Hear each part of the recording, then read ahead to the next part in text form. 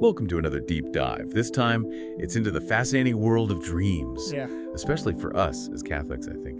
We'll be looking at the dreams of a pretty remarkable figure, St. John Vianney. He's the cure of Ars, to kind of see what they reveal about the spiritual life and maybe get a glimpse into whether God can actually communicate with us through dreams, helping us unpack all this mystery as our expert on dreams and Catholic teaching. It's really intriguing to me how St. John Vianney's dreams, they weren't just these random images. They were just saturated with symbolism, you know? Mhm. It's a language that when you decipher it, especially through the lens of our faith, can offer some pretty profound insights. Yeah, and our main source for all this is Dreams of St. John Vianney, and it's really packed with these uh, vivid and often peculiar dreams that really seem to point to some deeper truths about faith and morality and really the challenges that we all face in our spiritual journeys. One that really struck me was this dream where St. John Vianney saw these children, but then they transformed into this whole menagerie of animals. I mean, it was almost like a biblical Noah's Ark. Oh, yeah. And each animal, they carried a specific meaning, you know, reflecting his understanding of their spiritual states. For instance, he saw a quail. And that, in the context of his dreams, represents impurity and gluttony, you know, Yeah. like those who kind of indulge in worldly desires. Oh, wow. So then what about when he saw a partridge? Is that a bad omen too? Yeah. No, no, not at all. The partridge, it's the opposite of the quail. So it represents virtue. It's like he was being shown the contrast, the stark contrast between, those who stray from God's path and then those who are striving for holiness. And this wasn't just like a one-off vision or anything. This dream, it recurred for 18 years. Each time, though, it had these new details, new animals, offering like even deeper layers of meaning. It sounds like, it sounds like he was really given a glimpse into the hearts of those that he would shepherd, as a priest, like the souls that were entrusted to his care. But it wasn't just about seeing these animals, right? There was a figure in the dream too, a lady who gives him this message. She tells him, "Make yourself humble, steadfast, and strong." And given his devotion, I think it's safe to assume we're talking about. Oh, well, considering St. John Vianney's just super deep reverence for the Virgin Mary, Yeah. it's highly likely that this lady represents Our Lady, appearing to him. In her words, humble, steadfast, and strong. I mean, those aren't just nice-sounding platitudes, They speak to the core of what it means to be a spiritual leader, someone who Like- guides others toward God. Right, exactly. So humility, to always put God first, steadfastness to like persevere through any trials, and then strength to resist temptation, It's a powerful reminder for all of us, really, like whether we're priests or just lay people, striving to live out our faith, we're all called to cultivate those virtues. And speaking of temptation, another animal that he kept seeing in his dreams was the cat. Now, I love cats, but in this context, I have a feeling. Yeah, yeah. Here the cat takes on this more sinister meaning. It represents theft, but Right. but not just theft, like, of material possessions or something. It's what we might call spiritual theft, stealing something precious from ourselves or even others. So you're saying it's like robbing someone of their innocence, their purity, their chance to really grow closer to God. Precisely. Think of it as undermining someone's spiritual progress, right? Like tempting them away from the path of righteousness. It's a good reminder for us that temptation can really take a lot of forms. And sometimes it comes disguised as something that's seemingly harmless, Yeah, there's a pattern emerging here, isn't there? These ordinary animals like cats and stuff. In St. John Vianney's dreams, they take on these profound meanings. Mm-hmm.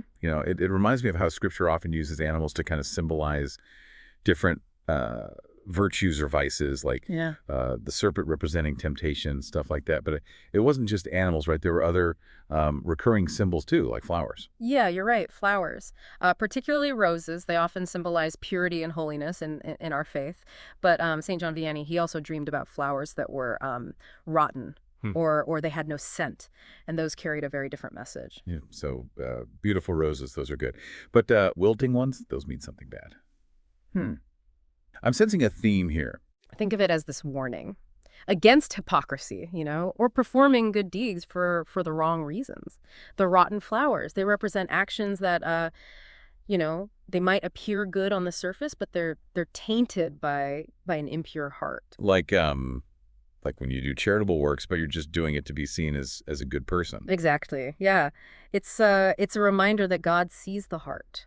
He sees our true intentions and not just the outward actions. And the scentless flowers, well, they represent good deeds that are done for selfish motives. They lack true love for God. It prompts us to really examine our motivations. Like, are we acting out of love for God or just for our own self-interest? It makes you think about all the times you might have done something, good, quote unquote, Yeah. but you're doing it for the wrong reasons.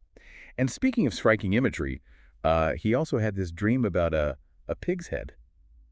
Now, I can only imagine what that symbolizes. Yeah, the pig, and especially his head, represents impurity, particularly the vice of lust.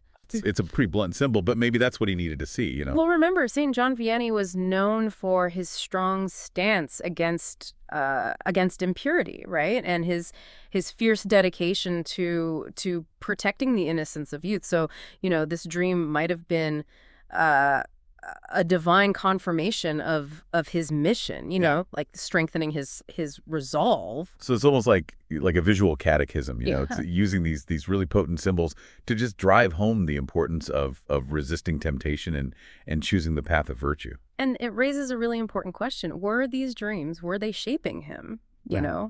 guiding him towards sainthood by revealing the spiritual challenges that he needed to confront, both within himself and those that he ministered to? Yeah.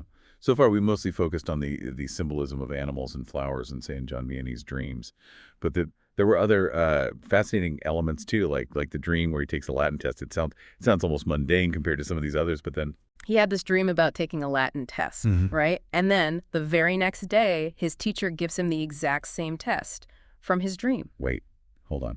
So he dreamed about a test, and then it happened to real life. Mhm. I mean, that's incredible. Was it just a coincidence, or could it point to something more, like God giving him a heads up?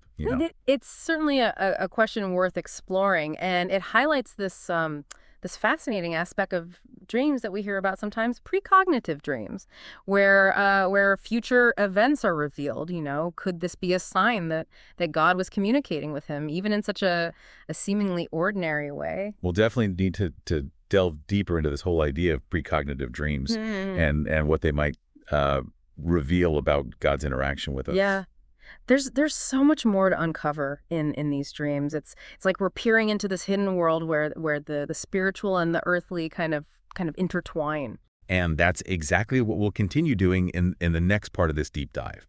We'll explore more of St. John Vianney's dreams, looking for the lessons they hold for us, Right. and really grappling with that question, can God speak to us through our dreams? It's fascinating how St. John Vianney's dreams, they weren't just personal reflections. They often mirrored the anxieties and like the societal upheavals of his time.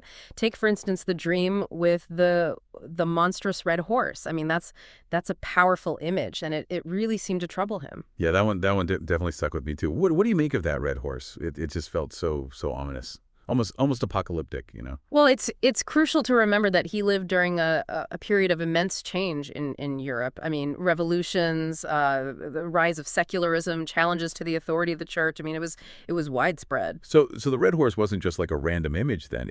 It was a symbol of something much bigger. Exactly. Yeah. If we consider the historical context, the red horse likely represents the forces that St. John Vianney saw as opposed to the church and to faith. Yeah. He even connected it to the red horse in the book of Revelation, the one that's often associated with war and chaos and the end times. So it suggests that he really viewed these forces as a real threat to the spiritual and social order. It's a sobering reminder that our dreams can reflect the fears and uncertainties of our times, even if they're veiled in this symbolic language. Yeah. But thankfully, not all his dreams were so dark and unsettling. Right? Some were quite beautiful, like the one with the two maidens that just felt like a glimpse of heaven. Ah, yes, that dream. That one beautifully illustrates the value our faith places on purity and the significance of penance in safeguarding it. The two maidens, they represent two paths. One where innocence is preserved through a life of virtue, Hmm. and the other where innocence is lost and it leads to a struggle for redemption. What struck me was how those maidens weren't just talking about purity. It was like they embodied it. Hmm. They were surrounded by beauty and joy and peace. It was like seeing the rewards of virtuous life firsthand. Yeah, their very presence in this idyllic garden, right? Yeah. Filled with vibrant life and tranquility, it really reinforces the idea that a pure heart leads to spiritual flourishing. It's a powerful message for all of us, but especially young people. Yeah. Facing all these temptations and pressures of the modern world. It reminds us that choosing purity isn't about deprivation. It's about embracing a life that ultimately brings greater fulfillment and joy. And it's important to note that these maidens, they weren't advocating for a life of isolation. I mean, they were surrounded by others, angels singing praises to God. So it suggests that true purity isn't about withdrawing from the world, but rather living in it with a heart that's fixed on God. Yeah, it reinforces what we believe about community and the importance of supporting one another in our spiritual journeys. Mm-hmm. You know, we're not meant to walk this path alone. Precisely. We need each other. We need the guidance of the church and the grace of God to help us persevere. Which brings us back to the question at the heart of this deep dive.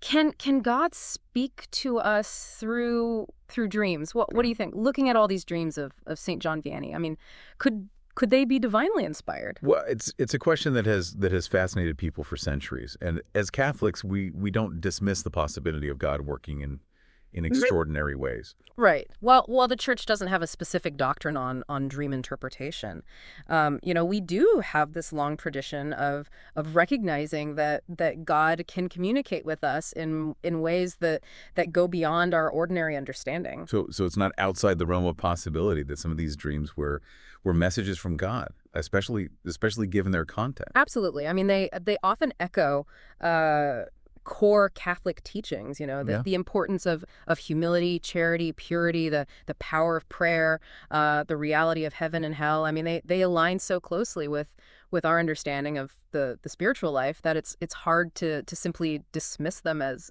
just mere subconscious ramblings. But wouldn't that mean that everyone's dreams are potentially divine messages then? I mean, that seems a bit much, doesn't it? Yeah. Well, not necessarily. The key is discernment. The church teaches that not all dreams are created equal. Some might just be our daily experiences or anxieties playing out while we sleep, while others they might hold a deeper spiritual meaning. It's about paying attention to the content of the dream, how it makes us feel and whether it resonates with our faith and our values. So it's less about having a definitive answer and more about approaching our dreams with a sense of prayerful reflection, Yeah. seeking guidance from the wisdom of the church. Exactly. Yeah. If a dream troubles you or it seems to contradict your faith or leaves you feeling unsure, it's always wise to seek counsel from a priest or a spiritual director. They can help us interpret these experiences through the lens of our faith. That's good advice. And speaking of seeking guidance, one dream that really made me stop and think was the one where St. John Vianney is shown hell, what he calls the ghastly pit. Ah, that one. That one is certainly not for the faint of heart. It's a vivid and frankly terrifying vision of the consequences of sin. Yeah, it's described as this pit with all these different tables representing these various spiritual states. Some were laden with like delicious food, symbolizing the rewards of a virtuous life, while others they had nothing but scraps and garbage, representing the misery of those who had turned away from God. It's a powerful image, and it really speaks to the reality of heaven and hell, something that we as Catholics believe in. And what makes it even more impactful is that St. John Vianney he recognized people at these tables. I mean, they were his own parishioners, the very souls that were entrusted to his care. It must have been heartbreaking for him to see their potential for eternal joy Hmm. or suffering. But it wasn't just about scaring people into being good. No, not at all. It was a call for mercy, Yeah, a reminder of how urgently he needed to bring these souls back to God. right. It underscores the importance of guiding others toward salvation, especially through the sacraments of confession and communion. And it reminds us that we also have a responsibility to help others find their way back to God. Hmm. Through our words, our actions, our prayers, we can all be instruments of His grace. Beautifully said, and this ties into another important theme too, the importance of personal responsibility. The people at those tables, they were accountable for their choices and their eternal destiny. It depended on whether they chose to repent and turn back to God. So even though the dream paints this stark picture of hell, it also offers hope. It shows that we have the power to choose our path, and that God's mercy is always there for those who seek it. And it highlights the significance of seeking guidance and support from the church, particularly through the sacrament of confession. The dream really emphasizes the need for a sincere confession, one where we acknowledge our sins and express true sorrow. It's a good reminder that confession isn't just about listing our wrongdoings. It's about a genuine desire to change our hearts and align our lives with God's will, and it's a process that often requires the guidance and support of a priest. Exactly. The priest acts as a mediator, offering offering absolution and counsel, helping us navigate the path back to God's grace. We've talked about dreams highlighting good and evil, purity, the reality of heaven and hell, the power of the sacraments. But there's one more dream we need to discuss, one that holds a particular significance for those of us who find comfort and strength in prayer. You're talking of the dream with the serpent and the rosary, right? That one really struck me. It is a powerful image, a serpent bound and ultimately transformed by the rosary. It speaks volumes about the power of prayer, Yeah. especially the rosary to overcome evil. The serpent, of course, immediately brings to mind temptation and sin, Hmm. hearkening back to the Garden of Eden. But in this dream, it's rendered powerless by the rosary. It's like a visual representation of how prayer, especially the repetitive meditative prayer of the rosary, can bind those forces of evil and draw us closer to God's grace. And then what's remarkable is how the serpent eventually transforms into the words Ave Maria. The beginning of the Hail Mary, the heart of the Rosary. It's as if the very act of praying the Rosary is what vanquishes the serpent and brings about this profound transformation. It's such a beautiful metaphor for the power prayer has to change us. It suggests that by immersing ourselves in the mysteries of the Rosary, meditating on the life, death, and resurrection of Christ, we can overcome the temptations that bind us, Yeah. and experience a spiritual rebirth.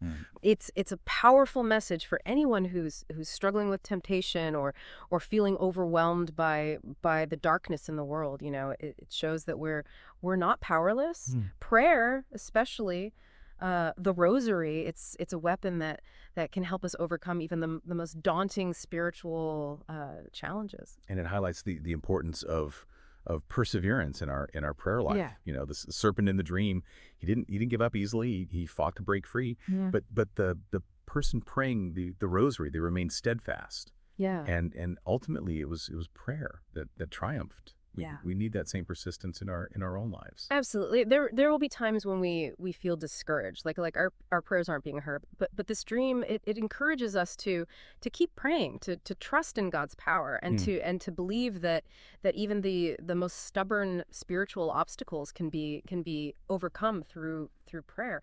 This reminds me of another dream of his that involved temptation and seeking refuge. You're thinking of the handkerchief dream, right? The one where the boys are holding handkerchiefs representing purity, and then a strong wind comes along. Exactly. Yeah. It's such a vivid image of how temptation can suddenly appear and threaten our spiritual well-being. Okay, so let's unpack this one. We have these boys each holding a handkerchief with the words Queen of Virtues inscribed on them. So clearly a reference to Mary. But then things take a turn, right? Yes, a strong wind, Yeah. symbolizing temptation. It sweeps through, right? And many of the boys caught off guard, they expose their handkerchiefs to this destructive force, and as you might expect, their handkerchiefs are damaged, Right. torn, and riddled with holes. It's a potent metaphor for what happens when we give in to temptation. It's like watching a morality play unfold right before our eyes. Yeah. But what about the boys who didn't expose their handkerchiefs? What happened to them? That's where the dream gets even more interesting. Some of the boys, recognizing the danger, they immediately turn to the right. And that turning to the right, what does that represent in the dream? It symbolizes seeking refuge in prayer, Yeah. specifically turning to Mary for help, and those boys who turned to the right, seeking her protection, they were able to repair their handkerchiefs, even though they remained patched and misshapen. It's like the dream is telling us that even if we stumble, even if our purity is compromised, we can always find healing and restoration through prayer and turning to Mary for intercession. It's a message of hope, and it reminds us of her role as our spiritual mother, always there to guide and protect us.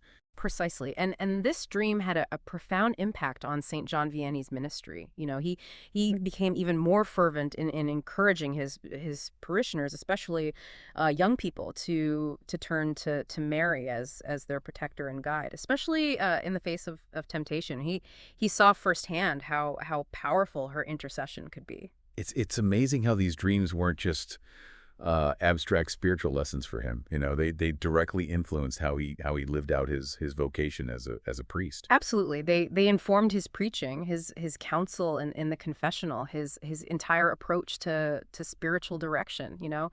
He drew on these profound experiences to guide others on their path to holiness. It makes you wonder if that's part of why he was so effective as a priest.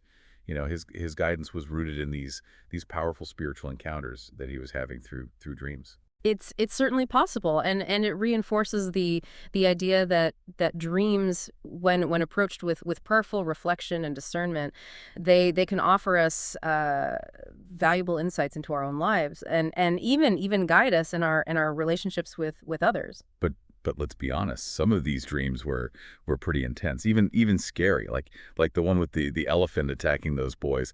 That one must have really shaken him. That's definitely one of the most vivid and unsettling dreams in the Yeah. collection, and it's rich with symbolism that can be interpreted in different ways. Okay, so let's break it down. What's the deal with the elephant? It seems so out of place. The elephant is a fascinating symbol. Yeah. You know, it can represent strength and wisdom, but it can also symbolize untamed power and even danger. And in this particular dream, it's definitely the dangerous side of the elephant that's on full display. It attacks the boys, flinging them into the air and trampling them underfoot. It's such a disturbing image, and if we consider what we've learned about the symbolism in St. John Vianney's dreams, that elephant must represent something pretty significant. If we look at the context of the dream, the elephant seems to represent those who oppose the church, who actively seek to undermine faith or lead people astray. It's a reminder that there are forces in the world that want to harm us spiritually, to pull us away from God. But there's also this element of protection in the dream, right? The boys who seek shelter under Mary's mantle, they're spared from the elephant's attack. It's like a lifeline in the midst of chaos. That's a crucial detail. It reinforces Mary's role as our protector, our refuge in times of trouble. Just as her mantle shielded those boys in the dream, so too can her intercession protect us from spiritual harm. It reminds us that we're not alone in this battle. It's such a powerful message for anyone who feels threatened or vulnerable, spiritually speaking. It reminds us that we have a powerful advocate in Mary, always ready to intercede on our behalf. But it also raises the question: how do we recognize those elephants in our own lives? How do we know when we're being targeted spiritually? That's where discernment comes in. You know, we need to be attentive to what we allow into our hearts and minds. Are we exposing ourselves to things that weaken our faith or lead us away from God's will? Are we surrounding ourselves with people who support our spiritual growth? These are important questions to consider. It's like developing a spiritual radar, Hmm. being able to sense when something is off, or when we need to seek shelter in prayer and under Mary's protection. Exactly. And this ties back to a recurring theme in St. John Vianney's dreams, the importance of seeking refuge in God, especially through prayer and the sacraments. It's almost as if these dreams, they offer a kind of spiritual survival guide, showing us what to avoid and where to find strength and protection. They're like a roadmap for navigating the challenges of the spiritual life, full of warnings and encouragements to keep us on the path toward God. That's a beautiful way to put it. They're a testament to the power of dreams to reveal spiritual truths and guide us toward a deeper relationship with God. As we've been going through some of these captivating dreams of St. John Vianney, the thing that really strikes me is how they weren't just these passive experiences for him.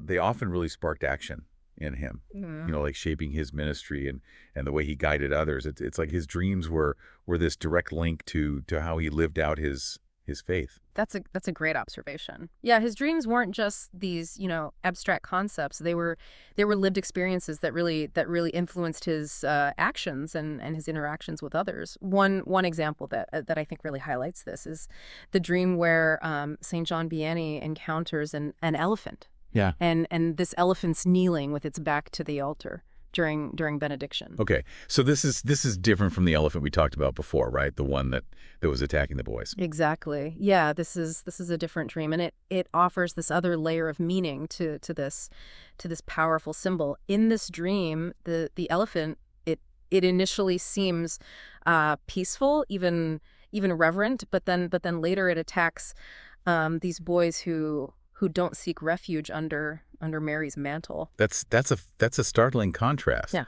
From apparent piety to this sudden aggression. What do you make of this shift in the elephant's behavior? Well, I think it highlights the deceptive nature of evil. It can often disguise itself as something harmless, even appealing, and then only reveal its true nature when we let our guard down. It's a reminder that we can't just rely on appearances or outward displays of faith. Yeah. We need to be discerning to really look beneath the surface and be wary of those who might lead us astray, Yeah. even if they appear devout. And St. John Vianney took this dream as a warning, Sure. against complacency and a call to vigilance. It reinforced his belief in the importance of seeking refuge and Mary's protection, especially when faced with spiritual dangers that might not be immediately apparent. It's like he was being shown that even those who seem to be on the right path, like this elephant kneeling before the altar, can turn away from God and become agents of harm. It really underscores the need for this constant spiritual vigilance, for staying close to Christ and his church. And remember, in this dream, the boys who sought protection under Mary's mantle, they were spared from the elephant's attack. It's a powerful reminder that even when we're surrounded by spiritual dangers, we can always find refuge in Mary's intercession. That's a comforting thought, especially in a world where it feels like faith is constantly under attack. Makes you wonder if St. John Vianney saw this dream as a message for the church as a whole. A reminder to stay true to its teachings and seek Mary's guidance during challenging times. It's certainly a possibility. Remember, St. John Vianney was deeply concerned about the challenges facing the church in his day. His dreams, they often reflected these anxieties.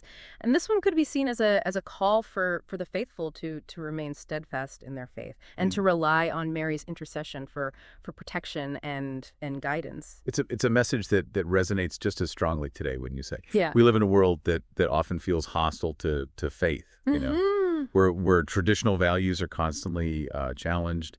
it's easy to feel overwhelmed Hmm. or even discouraged. Absolutely. But St. John Vianney's dreams, they offer this message of hope and resilience. They remind us that even in the darkest of times, God is with us. He speaks to us in ways we might not always understand, but his guidance is there if we're open to it. And they highlight the power of prayer and the sacraments and the intercession of the saints, especially Mary, to help us navigate the challenges of the spiritual life. Yeah. They remind us that we're not alone on this journey, that we have a whole host of heavenly supporters cheering us on. Beautifully said. Yeah, St. John Vianney's dreams are really a gift to the church, a source of wisdom and inspiration for all of us who are seeking to grow closer to God. What's been a truly fascinating deep dive into the world of dreams and their potential to reveal spiritual truths. We've explored symbols, we've wrestled with questions, and we've glimpsed into the heart of a saint who sought to follow God's will in all things. And perhaps most importantly, we've been reminded that God can speak to us in these extraordinary ways, even through the seemingly mundane experiences of our daily lives. The key is to be open, to listen with the ears of our hearts, and to seek guidance from the church as we try to discern his message. Thank you for joining us on this deep dive. We hope these insights into the dreams of St. John Vianney encourage you to reflect on your own dreams and to consider the ways in which God might be communicating with you. And who knows, maybe you'll be inspired to learn more about this remarkable saint and the lessons his life holds for us today.